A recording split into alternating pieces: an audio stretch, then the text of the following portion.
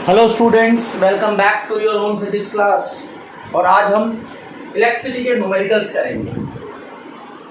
भाई न्यूमेरिकल्स तो बहुत ज़रूरी हैं और करने ही पड़ेंगे। और आपके कमेंट्स थोड़े कम मिल रहे हैं, जिससे मुझे लग रहा है कि शायद आप ठीक तरीके से स्टडी नहीं कर रहे।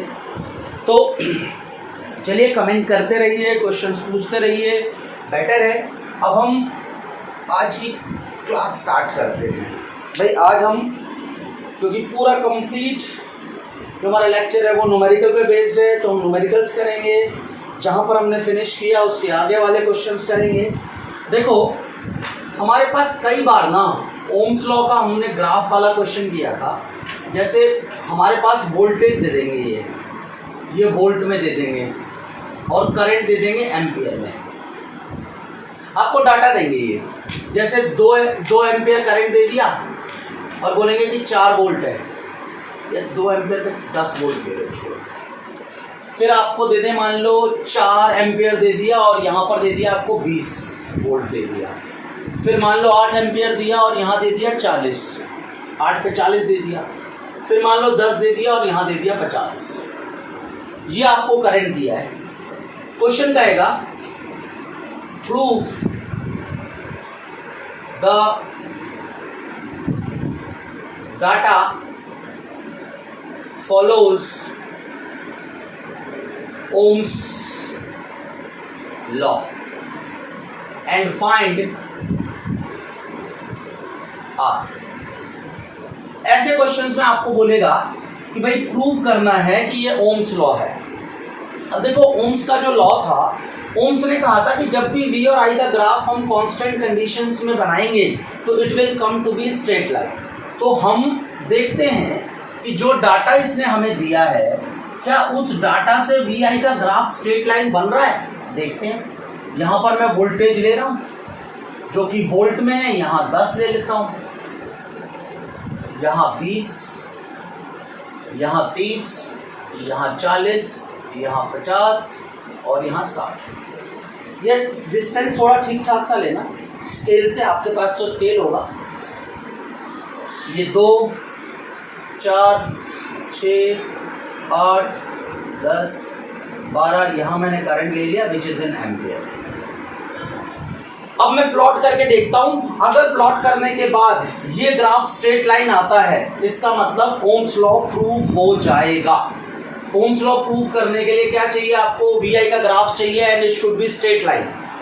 If your graph comes to be straight line, it means the data completely follows the Ohm's law। तो हम क्या करेंगे, देखते हैं। हमारे पास करंट 2 है, परपेंडिकुलर डाल दो करंट वाली एक्सिस पे। वोल्टेज हमारे पास 10 है, यहाँ से डालो और एक पॉइंट आ गया आपका। फिर देखो करंट 4 है एंड वोल्टेज 20 है। फिर देखो करंट 8 है, वोल्टेज 40 है, करंट 10 है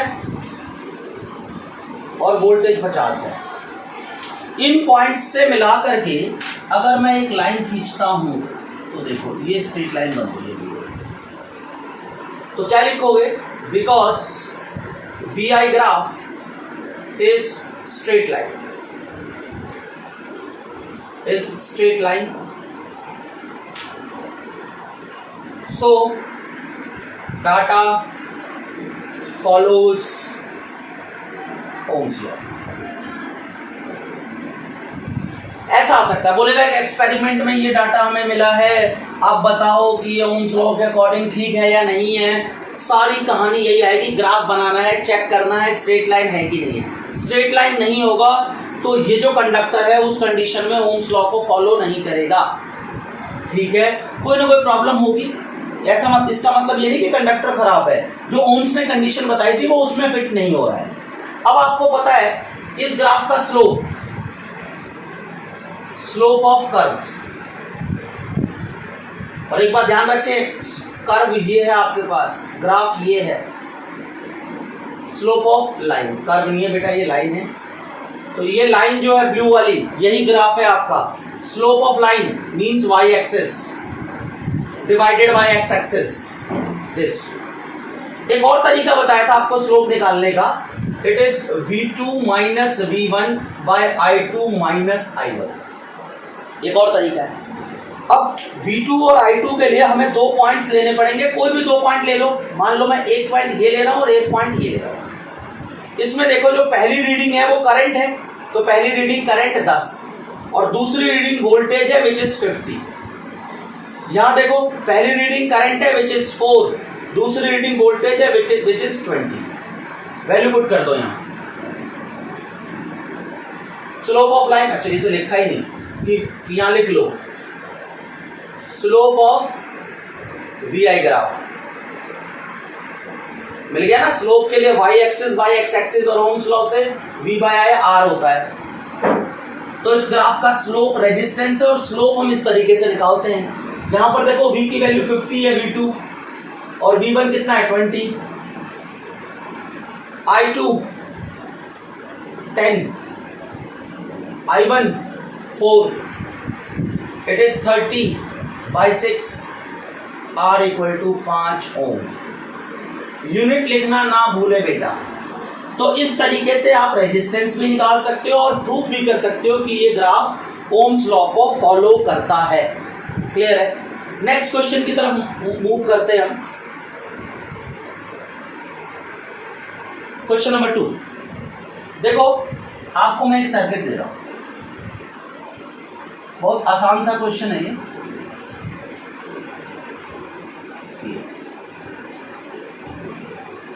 ये 10 वोल्ट की बैटरी डाल दी, यहाँ की डाल दी और की क्लोज है। वैसे मैं ज़्यादातर के बनाता हूँ, मैं सर्किट में के बना देता हूँ, के का मतलब क्लोज है, पर आप 10th क्लास में डॉट का मतलब होता है क्लोज। और अगर ये ऐसा हो तो सर्किट ओपन, ओपन का मतलब करंट फ्लो नहीं करेगी। जैसे स्विच ऑन, ये ऑन है और ये ऑफ है, तो अभी ऑन है मतलब करंट फ्लो करेगा यहाँ से। आई ये मान लो 1 ओम का है, ये 7 ओम का है और ये 3 ओम का है और ये 10 वोल्ट की बैटरी है। क्वेश्चन क्या है? Find current through each resistance.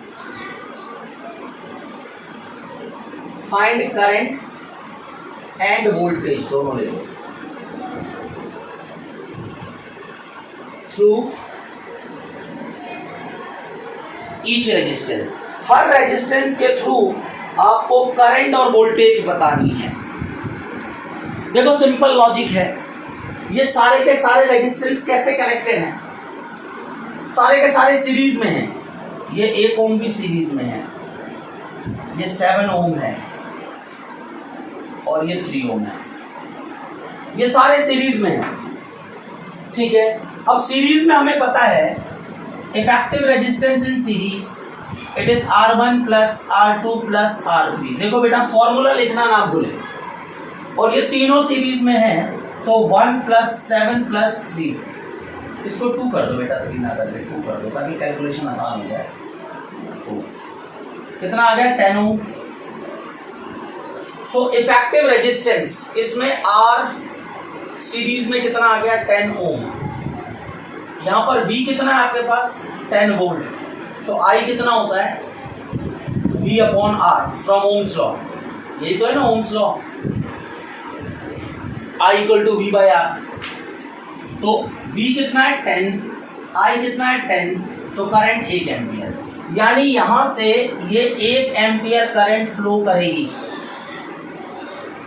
सब में, क्योंकि आपको पता है सीरीज में करंट सेम रहती है। तो 1 ampere current will flow through each resistance. हर एक के थ्रू 1 एम्पियर करंट फ्लो करेगी। अब आपको वोल्टेज निकालना है। मान लो ये R1 है, ये R2 है और ये R3 है। तो वोल्टेज अक्रॉस R1, इसके अक्रॉस वोल्टेज निकालना है। अब तुम्हें पता है ओम्स लॉ फिर से क्या कहता है? V equal to I R. देखो इसमें करंट कितना गया? 1, रेजिस्टेंस कितना है इसका? 1, तो 1 वोल्ट इसने खाया। वोल्टेज अक्रॉस R2, इसमें वोल्टेज निकालो। करंट 1 है, रेजिस्टेंस 7 है, 7 वोल्ट ये खाएगा। R3 में आ जाओ, वोल्टेज अक्रॉस R3, करंट इसमें भी 1 है, रेजिस्टेंस 2 है, 2 वोल्ट। तो देखो टोटल 10 वोल्ट आ गया ना। 1 वोल्ट यहाँ ड्रॉप हुआ, 7 वोल्ट यहाँ ड्रॉप हुआ, 2 वोल्ट यहाँ ड्रॉप हुआ। टोटल वोल्टेज बैटरी से 10 मिली और इनके अक्रॉस ड्रॉप हुआ। स्क्रीन को पॉज करके इसको राइट डाउन करना ना भूले बेटा। स्क्रीन को पॉज करके इसको राइट डाउन कर ले, तब तक मैं नेक्स्ट क्वेश्चन लिखता हूं।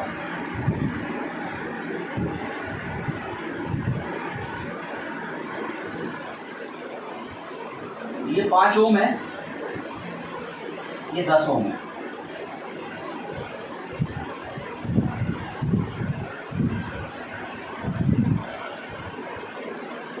ये क्लोज है, सॉरी की क्लोज है। क्लियर है?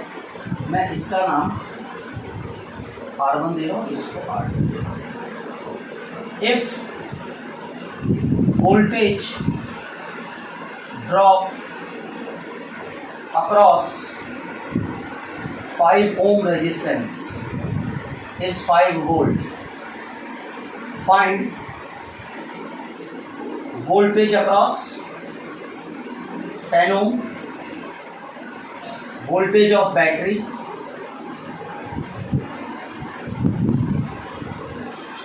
and current। ये क्वेश्चन है कि यानी कि इसमें ना जो वोल्टेज ड्रॉप होती है वो 5 वोल्ट है। 5 वोल्ट ना करके 10 वोल्ट कर दो, 10 वोल्ट कर दो।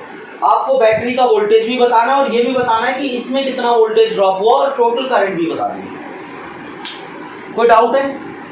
स्क्रीन को पॉज करके राइट डाउन करने की कोशिश करो।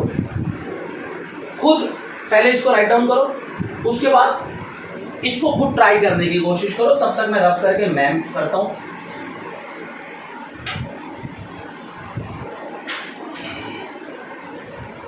कोशिश खुद करें, क्योंकि गलती करोगे तभी सीखोगे। जितनी गलती होंगी उतना ही ज़्यादा सीखने को मिलेगा, और बिना गलती के क्या सीखोगे आप? जब ट्राई ही नहीं करोगे तो सीखेंगे कैसे हम? अब हम करते हैं। देखो, जब ये ऐसे कनेक्टेड है तो हमें पता है कि सीरीज में जो है ना, सीरीज में करंट यहाँ सब में करंट सेम जाएगा। देखो ये ऐसे है ना, तो सब में करंट ऐसे जाएगा। तो देखो वोल्टेज अक्रॉस 5 ohm 10 वोल्ट, इसके अक्रॉस वोल्टेज कितना है? 10 वोल्ट। और V हमको पता है I इंटू R होता है, तो I कितना होगा? V bye R। V कितना है? 10, और इसका रेजिस्टेंस कितना है? 5। 2 एम्पियर करंट, यानी कि यहां से 2 एम्पियर करंट जाएगी, और ये सीरीज में है, सीरीज में सेम करंट जाती है, इसमें भी 2 एम्पियर जाएगी। तो वोल्टेज अक्रॉस 10 ओम 2 इंटू 10 20 वोल्ट। देखो इसमें 10 वोल्ट था, तो इसके थ्रू इसमें 10 वोल्ट वोल्टेज है इसकी, 5 ओम इसका रेजिस्टेंस है, तो इसमें करंट कितना जाएगा? 2 एम्पियर। अगर इसमें 2 एम्पियर गया तो इसमें भी 2 एम्पियर जाएगा, क्योंकि ये सीरीज में है। सॉरी। और अगर यहां से 2 ओम करंट पास हो रहा है, 2 यहां से करंट अगर 2 एम्पियर पास हो रहा है और रेजिस्टेंस 10 ओम है, तो इसके अक्रॉस वोल्टेज कितना होगा? 20 वोल्ट। सिंपल। तो नेट वोल्टेज कितना होगा? नेट वोल्टेज या वोल्टेज ऑफ बैटरी 20 + 10 30 वोल्ट, और करंट आपको पता ही चल गया 2 एम्पियर। तो इस तरह से हम उसको भी सॉल्व कर सकते हैं। क्लियर? अब देखो एक और क्वेश्चन देखते हैं।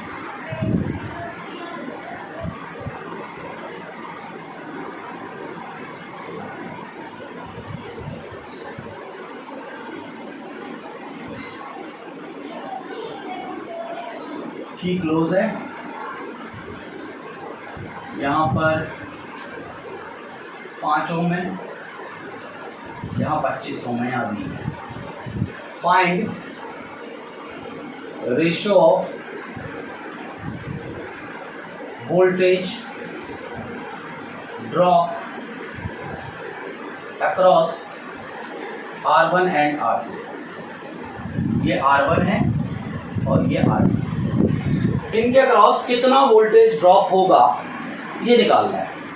देखो ये वोल्टेज भी हमें नहीं पता, ना हमें करंट पता है, पर हमें इसके और इसके अक्रॉस वोल्टेज ड्रॉप निकालना है। कोई दिक्कत नहीं, मान लो यहाँ से करंट आई जा रही है, मान लो क्या जा रही है, हमें हमारा क्या जा रहा है, हम मान लेते हैं करंट आई जा रही है। जैसे हमें वोल्टेज नहीं पता, हम एक और चीज मान लेते हैं, ठीक है। अब देखो voltage across R1 5 into I और voltage across R2 25 into I, क्योंकि दोनों में सेम करंट पास होगी, सीरीज है, एक ही पाथ है करंट के पास, तो सब में से I करंट पास होगी। तो voltage across R1 divided by voltage across R2 equal to 5I by 25I equal to 1/5 equal to 1:5। Simple. आपको ना तो करंट की जरूरत है ना वोल्टेज की जरूरत है, सिंपल। जो रेजिस्टेंसेस का रेशियो होगा वही इनके अक्रॉस वोल्टेज का रेशियो होगा, अगर हम सीरीज की बात करें तो। क्लियर है? आई होप कि आपको ये समझ में आया होगा। स्क्रीन को पॉज करके इसको राइट डाउन कर लें। अब देखो एक टाइप का क्वेश्चन ऐसे भी आता है,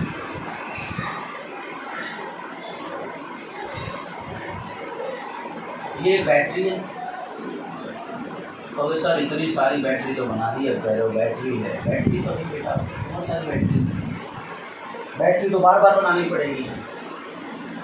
यहाँ देखो, यहाँ मैं दे रहा हूँ 7 ओम और यहाँ 3 ओम और ये 20 वोल्ट की बैटरी है। यहाँ पर मैं एक एमीटर लगा रहा हूँ, अब ये पॉजिटिव है तो यहाँ भी पॉजिटिव आएगा, ये नेगेटिव। इसके अक्रॉस में एक वोल्ट मीटर भी लगा रहा हूँ। अब देखो इस साइड पॉजिटिव है तो यहाँ पॉजिटिव, यहाँ नेगेटिव, ठीक है। क्या बोलेगा? ये बोलेगा find reading of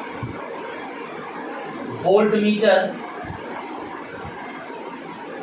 and ammeter, इन दोनों की रीडिंग बतानी है, मतलब यहाँ पर करंट कितना है और यहाँ वोल्टेज कितना है।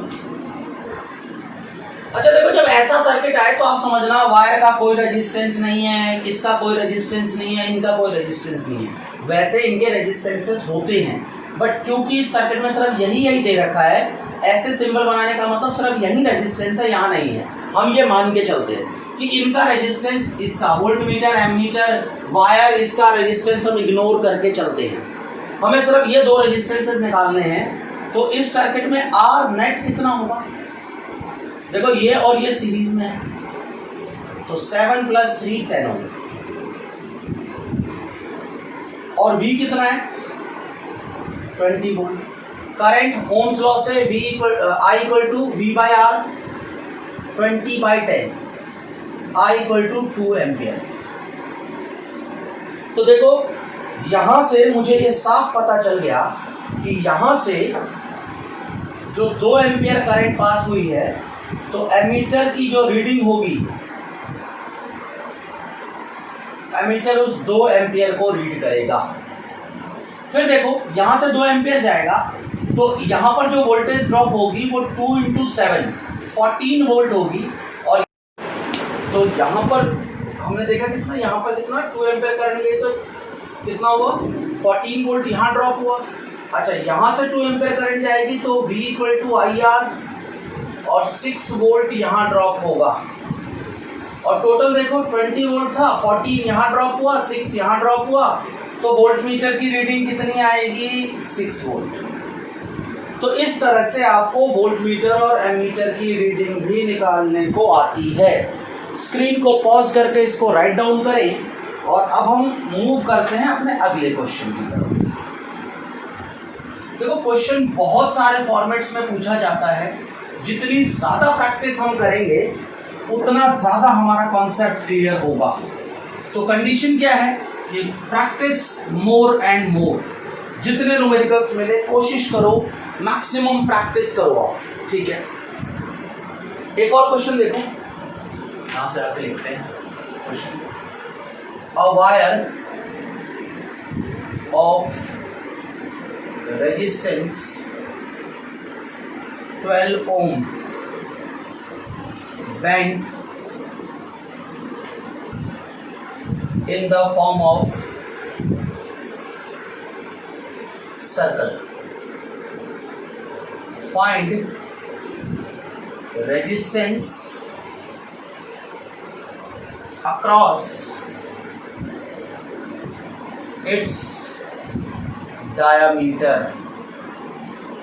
यानी हमारे पास एक वायर है और उस वायर का रेजिस्टेंस कितना है। मान लो मेरे पास ये वायर है, बड़ी वायर नहीं बनाता मैं, समझ लो बहुत बड़ी वायर है और इसका रेजिस्टेंस कितना ओम है, 12 ओम है। और इसी वायर को आपने बेंड कर दिया ऐसे सर्कल की फॉर्म में। बड़ी मैंने बोला था ना, बड़ी समझ लो आप, अब मैं इसको इतनी बड़ी बनाता, इससे अच्छा समझ लो आप। और इसके ना डायमीटर यानी ये, यानी यहां और यहां डायमीटर के अक्रॉस रेजिस्टेंस निकालना है। अब आपको पता है डायमीटर सर्कल को 2 इक्वल पार्ट्स में डिवाइड करता है। अगर पूरे वायर का रेजिस्टेंस 12 है तो नेचुरल सी बात है डायमीटर ने इस सर्कल को, मतलब ये डायमीटर है, इस डायमीटर ने सर्कल को 2 पार्ट्स में डिवाइड कर दिया। यानी इधर का जो है रेजिस्टेंस वो भी 6 ओम होगा और इधर का भी रेजिस्टेंस 6 ओम होगा। अब आप देखो A पॉइंट है, B पॉइंट है, आप यहाँ A से B जाओगे तो एक पाथ तो ऐसे मिलेगा आपको और एक पाथ आपको ऐसे मिलेगा। इसका मतलब दोनों रेजिस्टेंसेस क्या हैं, पैरेलल में हैं। तो 1/r parallel equal to 1/6 plus 1/6, it is 2/6, it is 1/3। तो रेजिस्टेंस इन पैरेलल कितना हो जाएगा, across diameter 3 ohm. Most common mistake क्या होती है, 1/3 छोड़ देते हैं हम लोग, हमें नहीं, हम ये ध्यान नहीं देते कि 1/rp इक्वल टू 1/3 है। तो rp की वैल्यू निकालने के लिए क्रॉस मल्टीप्लाई करके आंसर आएगा। ये मोस्ट कॉमन प्रॉब्लम है जो हम मिस्टेक करते हैं। इसके अलावा देखो एक ये बहुत अच्छा क्वेश्चन है,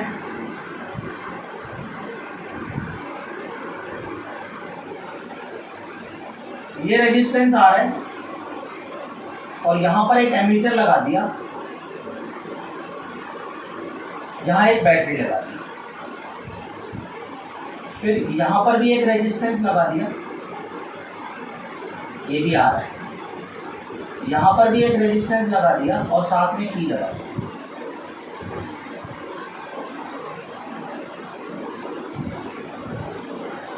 ठीक है, ये तीनों रेजिस्टेंसेस R हैं और ये V वोल्ट है मान। सवाल क्या है, when key is open, ammeter reading is 1 ampere. Find the reading of ammeter when key will be closed. देखो पहले ये की ओपन है, इस केस के अंदर जो एमीटर की रीडिंग है वो कितनी है, जब ये की ओपन है उस केस में एमीटर की रीडिंग कितनी है, आपको गिवन है कितनी है। जब ये की ओपन है तो उस केस में एमीटर की रीडिंग कितनी है, 1 एम्पियर। अब आप देखो, और आपको निकालना कब है, जब इसको क्लोज कर दोगे, तो जब इसको क्लोज करेंगे तब। अब देखो when key is open,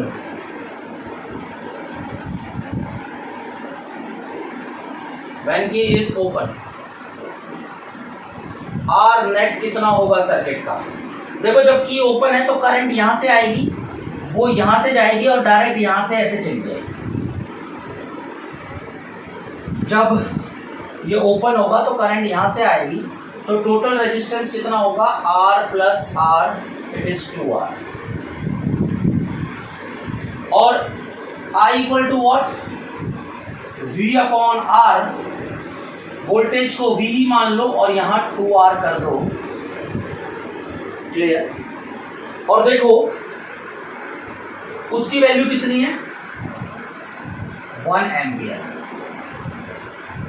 अब देखो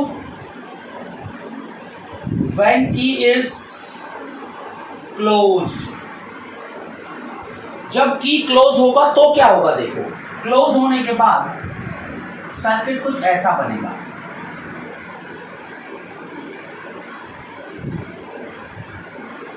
ये भी आर, ये भी आर, ये भी आर, तो यहां से करंट आएगी, यहां जाने के बाद करंट दो हिस्सों में आएगी, तो ये और ये पैरेलल, इन दोनों का पहले पैरेलल निकालो।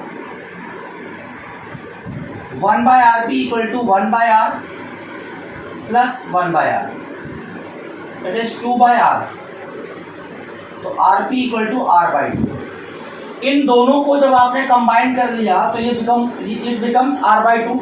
अब सर्किट कैसा बन गया, ये R तो एज इट इज है आपका, इन दोनों का कॉम्बिनेशन R/2 है, तो आप इन दोनों की जगह सिंपली R/2 लिख दो, क्योंकि इन दोनों को कंबाइन करके हमें R/2 मिला है। The combination of this R and this R because they are connected in parallel. यहां से करंट जाएगी, दो हिस्सों में बटेगी, तो ये R/2, ये R/2। क्लियर, सॉरी, ये R और ये R, तो इनका कॉम्बिनेशन R/2 और ये सर्किट बना। अब R नेट कितना होगा, R plus R/2, it is 3R/2। और करंट कैसे निकालोगे, I equal to V upon R, जो सीरीज में आया वो V कितना है, V तो V ही है, और यहां वैल्यू डालो 3R/2 ऊपर चला जाएगा, 3R/2 कर देता हूं मैं यहाँ, और ये 2 ऊपर चला जाएगा तो 2V/3R। तो देखो यहाँ पर जो I आएगा, न्यू I ले लो, क्योंकि I आप पहले इसको ले चुके हो, ठीक है। न्यू I कितना होगा, 2/3 इंटू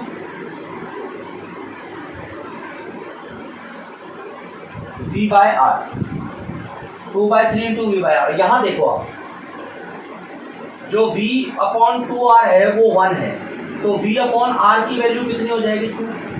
मैं क्या कर रहा हूँ, V/R की वैल्यू 2 डाल रहा हूँ, 2/3 इंटू 2, तो कितना आया, 4/3। तो जब की को क्लोज करेंगे तो इतनी करंट होगी, जब की ओपन था तो करंट 1 एम्पियर था, तो क्लोज करने के बाद ये करंट आएगी। ऐसा सवाल भी आता है एग्जाम में। स्क्रीन को पॉज करके इसको राइट डाउन करें, फिर हम अगले सवाल की तरफ बढ़ते हैं।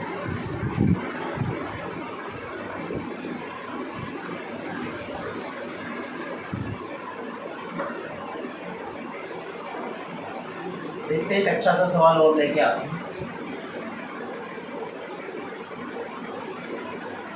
यहां देखो,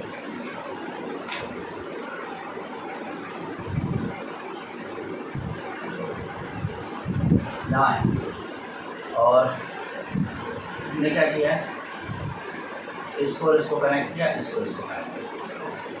ये कॉपर की तार है, इसको बोलते हैं शॉर्ट सर्किटिंग, ए और बी। मान लो ये 18 ओम है, this is also 18 ohm, this is also 18 ohm. Find resistance across A and B. इसके अक्रॉस, ए और बी के अक्रॉस आपको रेजिस्टेंस निकालना है। देखो अगर ये टर्मिनल ए है, मान लो यहां पर वोल्टेज VA है और ये कॉपर की वायर है, तो यहां पर भी वोल्टेज कितनी होगी, VA, और यहां पर भी वोल्टेज कितनी होगी, VA, क्योंकि this is direct copper wire connection. और कॉपर वायर क्या करता है, यहां से और यहां तक का पोटेंशियल सेम हो जाएगा, शॉर्ट सर्किटिंग कहते हैं इसको। यहां भी देखो, अगर ये VB है यहाँ का पोटेंशियल VB है तो यहाँ का पोटेंशियल भी VB होगा।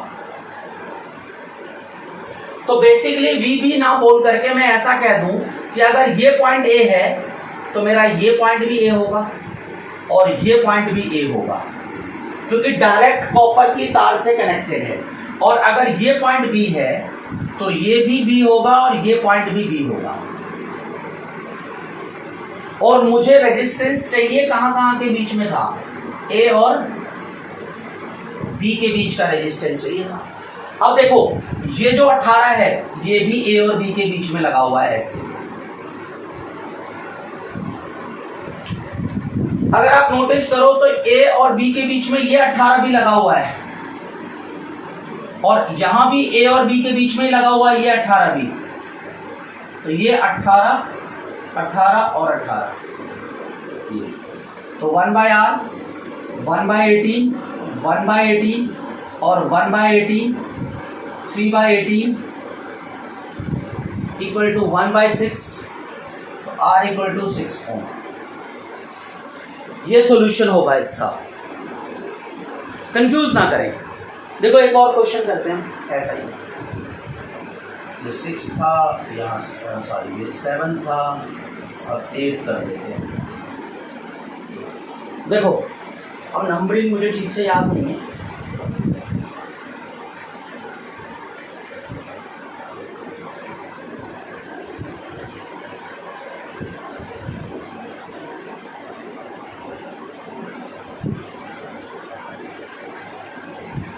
देखो इसमें बैटरी लगा के तुमसे कुछ भी पूछ सकता है ना। मैं बैटरी नहीं लगा रहा, मैं सिर्फ A और B के बीच का रेजिस्टेंस पूछ रहा हूँ आपसे। Resistance across AB। फिर से वही कहानी देखो, ये कॉपर की वायर है, अगर यहां पर ये पॉइंट A है तो दिस वोल्टेज या this point will also become A। ये भी कॉपर है, ये भी है और ये भी है। अब आप देखो ये पॉइंट B, ये भी B और ये भी। पर यहां देखो A से B जाने के लिए एक कॉमन पॉइंट आ रहा है, इस पॉइंट का नाम मैं C डाल देता हूं। A से B जाने में भी ये पॉइंट है, A से B जाने में फिर से ये पॉइंट है। तो मुझे जाना कहां से कहां है, I have to move from A to B. This is my final destination. और पहला स्टेप मेरे पास क्या है कि मैं यहां से निकलूं A से और डायरेक्ट B चला जाऊं। ये बात मेरे लिए खाली है, मैं सबको 18 दे रहा हूं, सब 18 ओम के मान लो। तो A से B जो मेरा ये वाला हिस्सा था ये खत्म हो चुका है। देखो दूसरा पाथ मेरे पास यहाँ है, ये भी A से B जाने का है डायरेक्ट। तो यहाँ भी मैं डायरेक्ट A से निकलूंगा और डायरेक्ट B टर्मिनल पहुंच जाऊंगा। यहाँ देखो A से B नहीं जा सकता, मुझे A से B पहुंचने के लिए पहले ये पाथ भी A से C पे फिनिश होगा, ये पाथ भी A से C पे फिनिश होगा। तो हो क्या रहा है, यहाँ पर मुझे कोई पाथ C लेना पड़ेगा और यहाँ से दो पाथ मिलेंगे। ये भी C पे फिनिश हो रहा है और ये भी 18 है और ये भी 18 है। देखो ये जो है A से स्टार्ट होके ये भी C पे फिनिश हो रहा है, देखो इसका नाम C लिखा था मैंने, और ये भी स्टार्ट होके A से C पे फिनिश हो रहा है। फिर C से दो पाथ और निकले हैं, C से ये पाथ निकला है B की तरफ गया है और C से एक पाथ और निकला है, ये भी B की तरफ गया है। तो ये भी 18, ये भी 18, ये भी 18, ये भी 18। सिंपल। अब तो बिल्कुल आसानी से कर सकते हैं हम लोग, थोड़ा सा और मॉडिफाई कर देते हैं। ये तो 18 हो ही गया और ये भी 18 है, ये भी है, ये भी। देखो ये 18 और 18 पैरेलल, तो 18, ये भी 18, ये भी 18, तो हमने कहा कि ये कितना हो गया 9। अब देखो यहां से ये भी 18, ये भी 18, तो ये भी 9 ऐसे। अब देखो 9 और 9 सीरीज में है तो हमारा सर्किट कुछ ऐसा बन गया।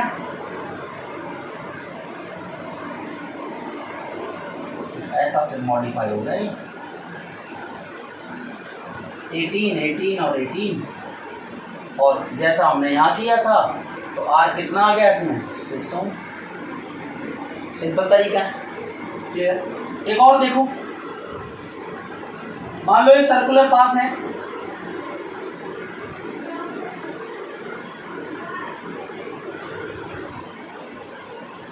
ये A है और ये B है। मैं आपको बोलूं मुझे A और B के बीच का रेजिस्टेंस में, तो बताओ अगर ये भी 18 है, ये भी 18 है, ये भी 18 है, बच्चे कहोगे सर 18 18 है, इसका भी 6 आएगा। अंदाजा बिल्कुल ठीक है, पर तरीका देखो, अगर ये B है, ये कॉपर की वायर है, तो यहाँ भी B होगा, यहाँ भी B होगा, यहाँ भी B होगा और यहाँ भी B होगा, और ये टर्मिनल A है। तो देखो A से भी एक रेजिस्टेंस ये है, A से भी एक रेजिस्टेंस ये है, और A से भी एक रेजिस्टेंस ये है। तो दिस इज A, और सिंपली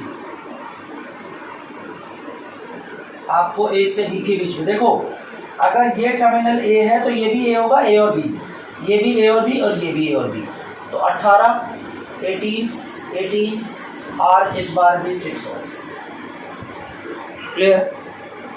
एक और क्वेश्चन देखते हैं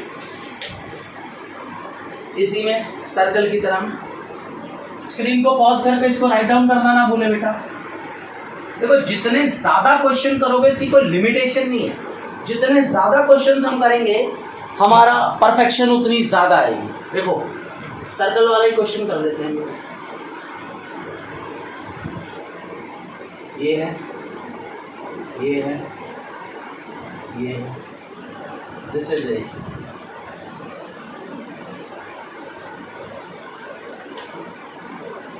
दिस इज बी, इस बार यहां पर बता। देखो अब देखना, ये टर्मिनल ए है और आपको ए और बी के बीच में निकालना है, R between A and B. अगर ये बी है तो मैं जानता हूं, ये देखो ये भी 18 ले रहा हूं, ये भी 18 ओम का है, ये भी 18 ओम का है, हर रेजिस्टेंस 18 ओम का और ये भी 18 ओम का है। अब आपको ए से बी जाना है तो आप ऐसे घूम के जाओगे। नेचुरल सी बात है, यहाँ पर अगर वोल्टेज V है तो यहाँ पर तो B होगा नहीं, यहाँ पर कुछ और मान लेते हैं। तो अगर ये C है तो ये भी C होगा, ये भी C होगा, ये भी C होगा, क्योंकि ये कॉपर की वायर है डायरेक्ट। तो अब आप देखो, अगर आपको A से B पहुंचना है तो ऐसे करके जाओ, A से पहले C पहुंचोगे और C से डायरेक्ट B। तो क्या करो, A एक पॉइंट C, फिर लास्ट डेस्टिनेशन B। देखो मैं A से C पहुंचा,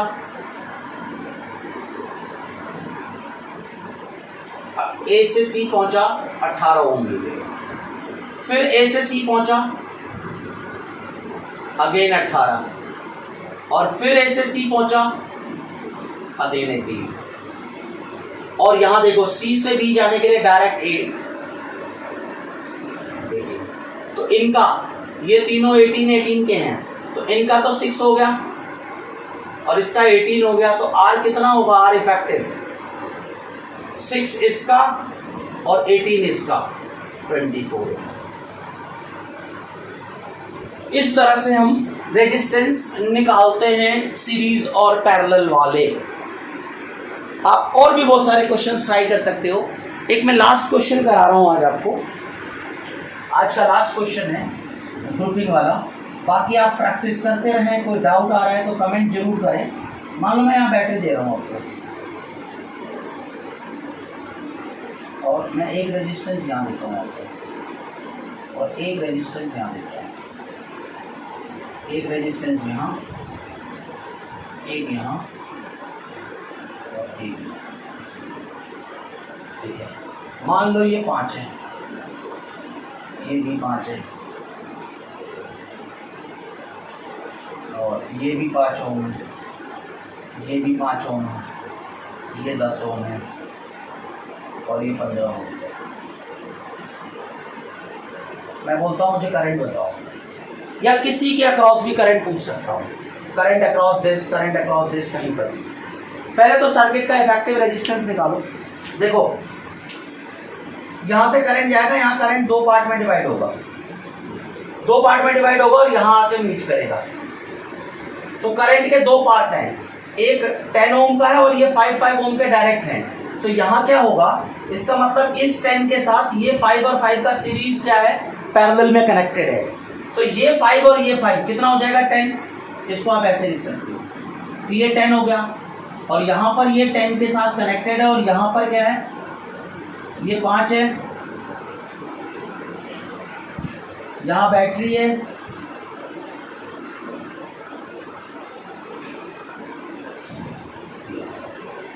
ये 5 और ये 5 5 10 और ये 10 पैरेलल में है। इन दोनों को कंबाइन करके कितना मिलेगा आपको, 5 मिल जाएगा। 10 और 10 पैरेलल में हो तो 5 मिलेगा। तो यहाँ क्या लिख सकते हो, ये 5 हो जाएगा, ये भी 5 और ये भी 5।